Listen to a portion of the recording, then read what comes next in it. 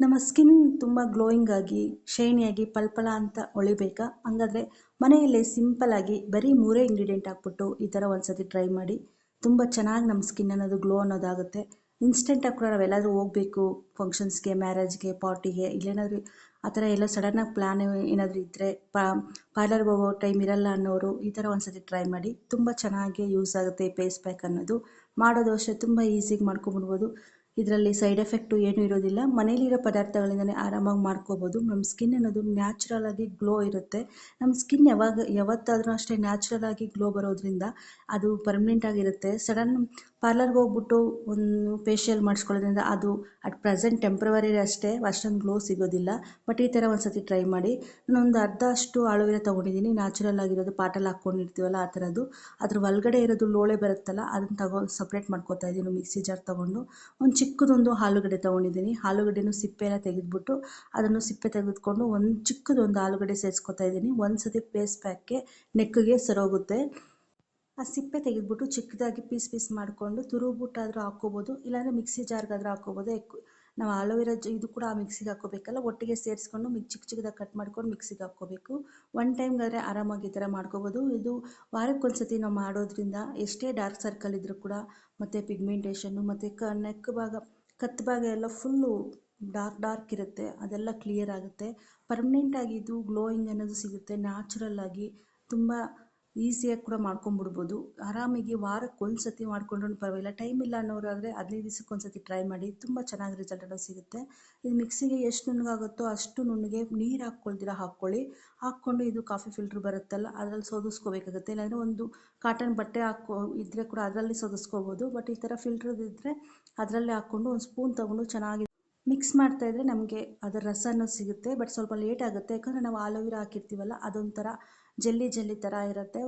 ಒಂದೆರಡು ನಿಮಿಷ ಆಗುತ್ತೆ. ಅದನ್ನು ರೊಟೇಟ್ ಮಾಡ್ತಾಯಿದ್ರೆ ಆದಷ್ಟು ನಮ್ಗೆ ರಸ ಅನ್ನೋದು ಸಿಗುತ್ತೆ. ನಾವು ಈ ರಸ ಬೇಕಾದರೆ ಸ್ಟೋರ್ ಮಾಡ್ಕೋಬೋದು.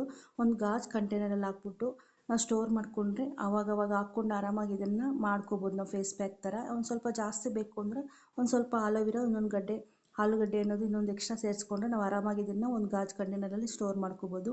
ನಾವು ಯಾವಾಗ ಫೇಸ್ ಪ್ಯಾಕ್ ಹಾಕ್ಕೋಬೇಕು ಅನ್ನೋವಾಗ ಆವಾಗ ಇನ್ಸ್ಟೆಂಟಾಗಿ ನಾವು ಹಾಕ್ಕೋಬೋದು ಆರಾಮಾಗಿ.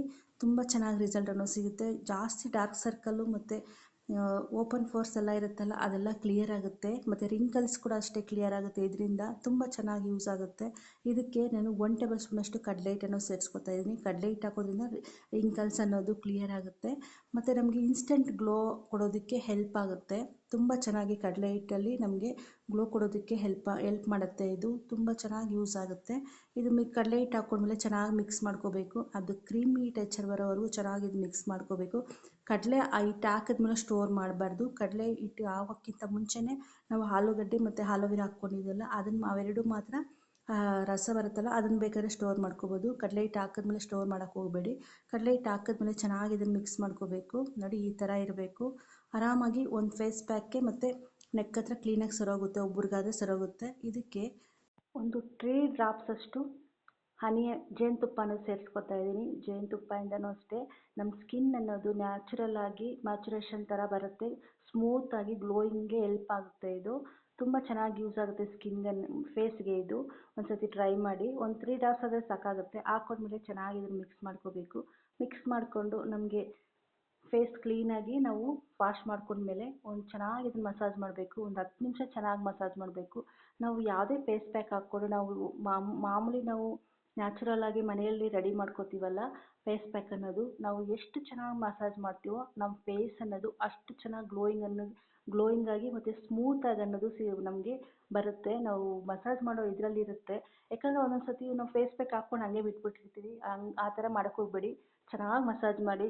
ಎಷ್ಟು ಚೆನ್ನಾಗಿ ನಾವು ಮಸಾಜ್ ಅನ್ನೋದು ಮಾಡಿದ್ರೆ ನಮ್ಮ ಸ್ಕಿನ್ ಅನ್ನೋದು, ನಮ್ಮ ಫೇಸ್ ಅನ್ನೋದು ತುಂಬ ಚೆನ್ನಾಗಿ ಸ್ಮೂತಾಗಿ ಗ್ಲೋಯಿಂಗ್ ಸಿಗುತ್ತೆ. ಒಂದು ಸತಿ ಟ್ರೈ ಮಾಡಿ ಬೇಕಾದರೆ. ಯಾಕಂದರೆ ಟೈಮ್ ಇದ್ದರೆ ನೀವು 10 ನಿಮಿಷ ಚೆನ್ನಾಗಿ ಮಸಾಜ್ ಮಾಡಿ, ಒಂದೊಂದು 10 ನಿಮಿಷ ಹಂಗೆ ಬಿಟ್ಬಿಡಿ.